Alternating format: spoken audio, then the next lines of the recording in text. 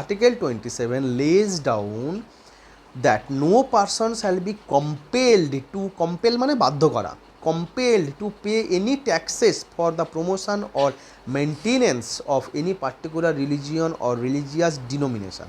অর্থাৎ 27 কি বলছে যে কোনো মানুষকে বা কোনো ব্যক্তিকে বাধ্য করা যাবে না যে তুমি ট্যাক্স দাও, তোমার ট্যাক্সের টাকায় ওই ধর্মের উন্নতি করবো বা ওই ধর্মের বিষয়ে কিছু প্রমোশন করার আছে।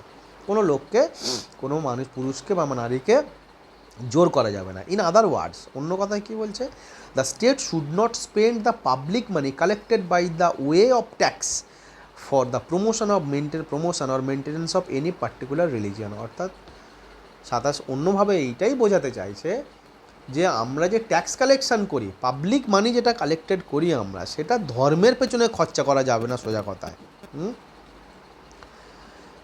This provision prohibits state from favoring, patronizing and supporting. Favour মানে বিশেষ সুবিধা দেয়া, প্যাট্রোনাইজ মানে পৃষ্ঠপোষকতা করা, সাপোর্ট মানে সাহায্য করা, one religion over the other. অর্থাৎ এই 27 আর্টিকেলটা বারণ করে যে তুমি কোনো একটা ধর্মকে অন্য ধর্মের তুলনায়, অন্য ধর্মের নিরিখে তুমি তাকে বেশি সুবিধে দেবে, বেশি পৃষ্ঠপোষকতা করবে বা সাহায্য করবে, হতে পারে না। অর্থাৎ তোমাকে সকল ধর্মের জন্যেই স্টেটের সমান গুরুত্ব দিতে হবে। কেমনভাবে লাইনটা এগোলো, প্রথমে বললো কোনো লোককে বাধ্য করা যাবে না ট্যাক্স দেওয়ার জন্য কোনো ধর্মীয় বিষয়ে প্রমোশন করার জন্য। সেকেন্ড বার তারপরে কি বললো যে অর্থাৎ পাবলিক মানি যেগুলো ট্যাক্সের মাধ্যমে গভর্নমেন্ট কালেক্ট করে সেগুলো ধর্মের কাজে লাগানো যাবে না, ধর্মের পেছনে খরচ করা যাবে না। তারপর কি বলছে যে কোনো একটা ধর্মকে অন্য ধর্মের তুলনায় বেশি গুরুত্ব দেওয়া যাবে না, এবং তার ফলে কি হচ্ছে যে স্টেট সকল ধর্মকে সমান গুরুত্ব দেবে। কেমনভাবে মানে পরিবর্তন হচ্ছে লাইন থেকে লাইনে। This means that taxes can be used for the promotion or maintenance of all religion. অর্থাৎ এইটার মানে হচ্ছে ট্যাক্স ব্যবহৃত হতে পারে সমস্ত ধর্মের উন্নতিকল্পে এবং ভালো হওয়ার জন্য।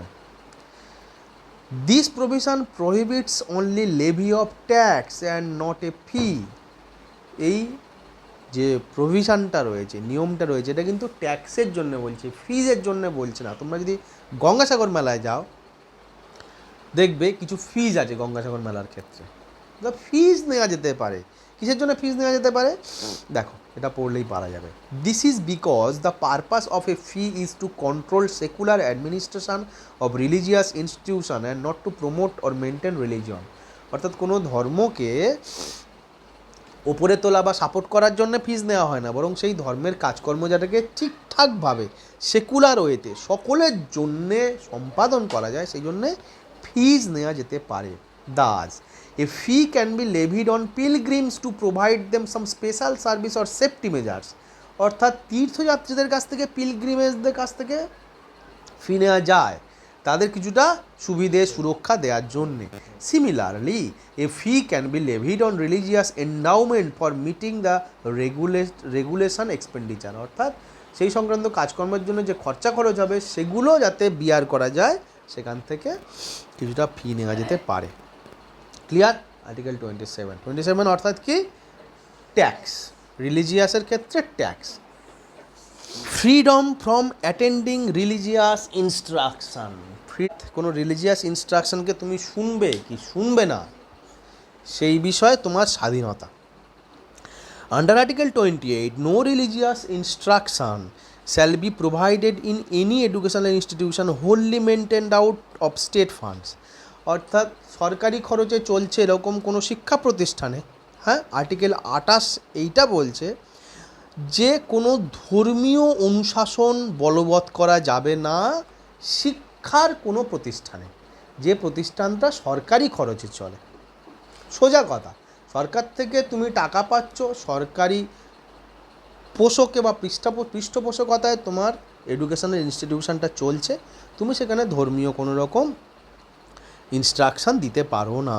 However this provision shall not apply to an educational institution administered by the state but established under any endowment or trust requiring imparting of religious instruction in such institution। কিন্তু এটা এখানে লাগু হতে পারে কোথায় ধরা যাক এরকম কোনো রকম স্কুল বা কলেজ রয়েছে বা ইনস্টিটিউশন রয়েছে যেখানে স্টেট অ্যাডমিনিস্টার করে, কিন্তু অ্যাকচুয়ালি সেটা এস্টাবলিশ হয়েছে কোনো ধর্মীয় সংগঠনের দ্বারা, হ্যাঁ, তো সেখানটায় কিন্তু ধর্মীয় অনুশাসন বা ধর্মীয় কোনো ইনস্ট্রাকশন লাগানো যেতে পারে। Further, no person attending any educational institution recognised by state or receiving aid out of state fund shall be required to attend any religious instruction or worship in that institution without his consent। অর্থাৎ সরকার থেকে টাকা নিয়ে চলছে বা সরকারি সাহায্যপ্রাপ্ত কোনো শিক্ষা প্রতিষ্ঠানে কোনো মানুষ, হ্যাঁ, তার ইচ্ছার বিরুদ্ধে কোনো ধর্মীয় অনুষ্ঠান বা ধর্মীয় বিষয়ে অংশগ্রহণ না করতে পারে।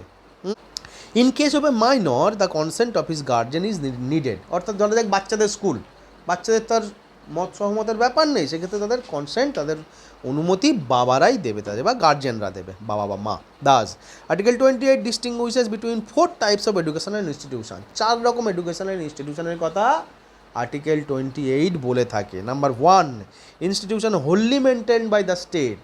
সম্পূর্ণভাবে সরকারি পোষকতায় চলে যেসব institution. Institution administered by state but established under any endowment or trust.